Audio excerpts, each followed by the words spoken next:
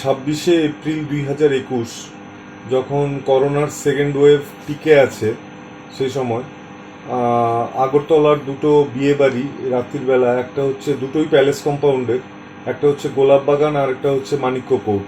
এই দুটো বিয়ে বাড়িতেই বিয়ের অনুষ্ঠান চলছিল রাত্রি 11টার পরেও। আর সেই সময় ওয়েস্ট ত্রিপুরা ডিস্ট্রিক্টের ডিস্ট্রিক্ট ম্যাজিস্ট্রেট ছিলেন ডক্টর শৈলেশ কুমার যাদব। তো উনাকে মোস্ট প্রবাবলি মিডিয়ারই কোনো বন্ধুরা খবর দেন যে স্যার এরকম করোনা কারফিউ লঙ্ঘন করে বিয়ে বাড়িতে রাত্র 11টার পরও বিয়ের অনুষ্ঠান চলছে, এটা কিভাবে হয়। তো এনিওয়ে, তো কোনো কোনো সোর্স থেকে উনি খবরটা পেয়ে উনি বিয়ে বাড়িতে যান এবং মানিক্য কোর্ট প্রথমে ভিজিট করেন উনি। গোলাপবাগান গোলাপবাগান ভিজিট করার পর তারপরে যান মানিক্য কোর্ট। তো উনি প্রথমে যান অ্যাট অ্যারাউন্ড 11টা নাগাদ প্রথম যান গোলাপবাগানে। গোলাপবাগানে যাওয়ার পর সেখানে গিয়ে উনি দেখেন বিয়ে বাড়ির মধ্যে হইহল্লা চলছে, সমস্ত কিছু নর্মালি চলছে, ডিজে বাজিয়ে গান চলছে। তো উনি দেখে উনি বলেন যে আমি ডিস্ট্রিক্ট ম্যাজিস্ট্রেট, 144 ধারা লাগু আছে, তো আর ডিজাস্টার ম্যানেজমেন্ট অ্যাক্টও লাগু আছে, আপনারা এইভাবে কারফিউ আওয়ার্সের বাইরে বা কারফিউ আওয়ার্সের ভেতরে আপনারা বিয়ের অনুষ্ঠানে এই জমায়েত বেআইনি জমায়েত আপনারা করতে পারেন না, আপনারা চলে যান। তো সেই সময় করোনা নাইট কারফিউ জারি ছিল রাত্রি 10টা থেকে সকাল 5টা পর্যন্ত।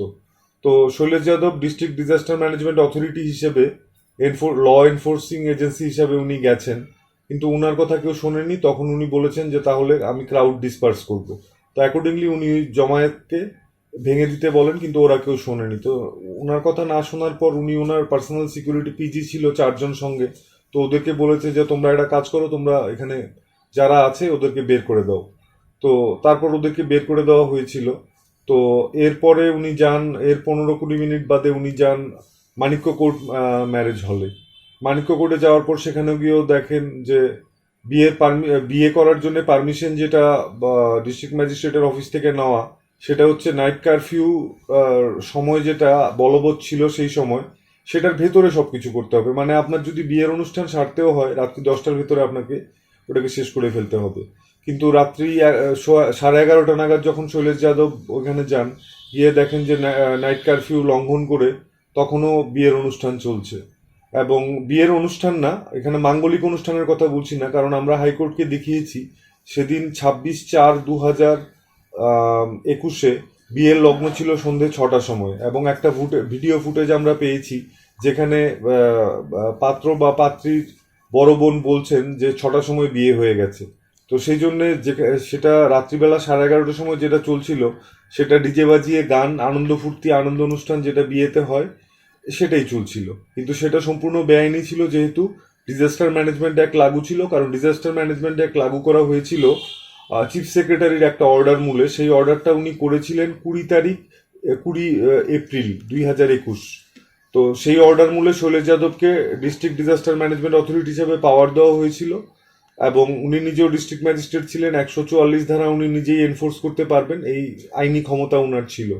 তো অ্যাকর্ডিংলি উনি ডিসপাস করতে বলেন। আর বা তারপরে কি হয়, এই বিয়ের অনুষ্ঠানে শৈলেশ যাদবের যাওয়া নিয়ে প্রচুর মিডিয়া অ্যাটেনশন ড্র করে।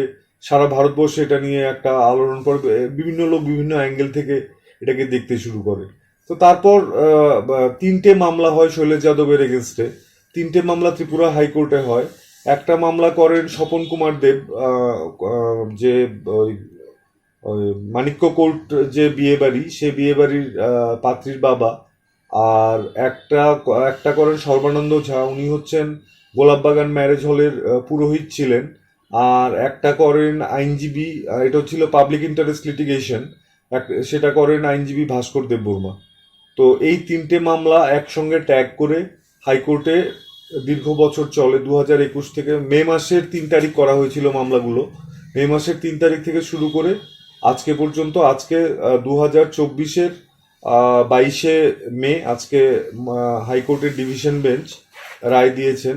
ডিভিশন বেঞ্চে ছিলেন আমাদের চিফ জাস্টিস মহামান্য শ্রী অপরেশ কুমার সিং এবং জাস্টিস শ্রী অরিন্দম লোধ।